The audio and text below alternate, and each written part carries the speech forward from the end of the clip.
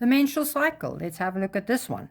The graph below shows the levels of two hormones that are secreted by the pituitary gland. Can you see? You must read this, ne? You must always read this. If you didn't read that, you wouldn't have known which hormones these are. All right, during the menstrual cycle. Then they show you two hormones. Right, first thing you do is you write down which two hormones does the pituitary gland secrete. LH and FSH, right? How do you know this? Because you studied. Yes, you're right. You studied. Okay, so now we know that we have two hormones from the pituitary gland. The one that's whoops and then down will always be your LH, luteinizing hormone. It's just like a little blip, blip, and then it's gone. Ne? Just ovulation. So that will be LH. The other one will, the one that's left will then be FSH. Okay, so we already figured out this graph. State 2 functions of hormone B, your luteinizing hormone. The first thing is it causes ovulation. Secondly, it stimulates the development of the corpus luteum. It's all in the name. Luteinizing hormone, corpus luteum. Right, it will, the formation of the corpus luteum is this one's fault.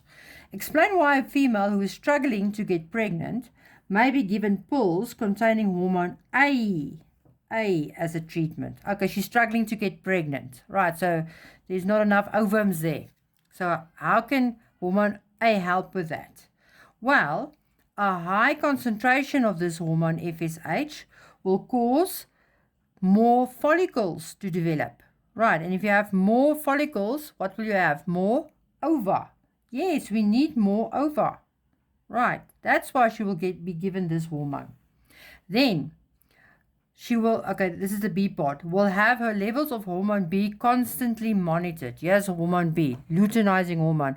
Why will she now have a little monitor machine or whatever on her arm testing her hormone B?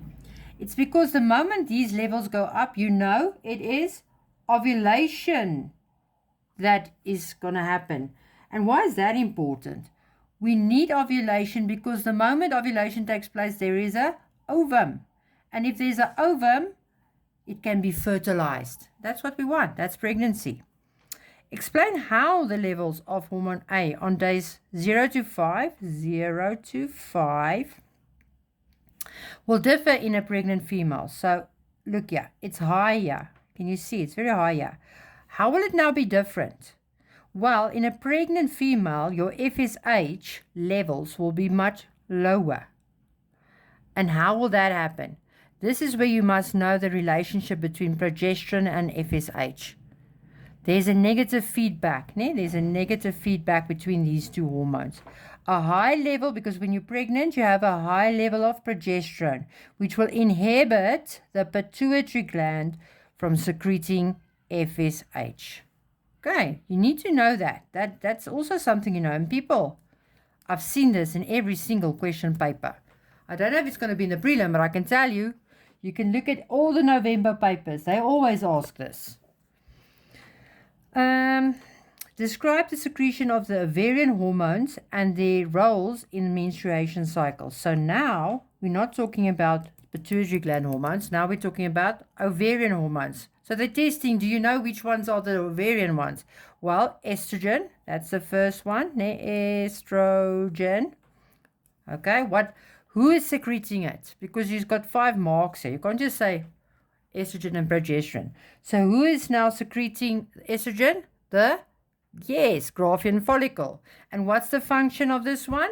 To thicken the endometrium. The other one is progesterone. Oof, my handwriting. Who is secreting the progesterone? Yeah. Spelling error there. Progesterone, who is secreting that? The corpus luteum. Yes. And what's the function? To maintain pregnancy or to further thicken the endometrium. And that's it, people. Easy peasy.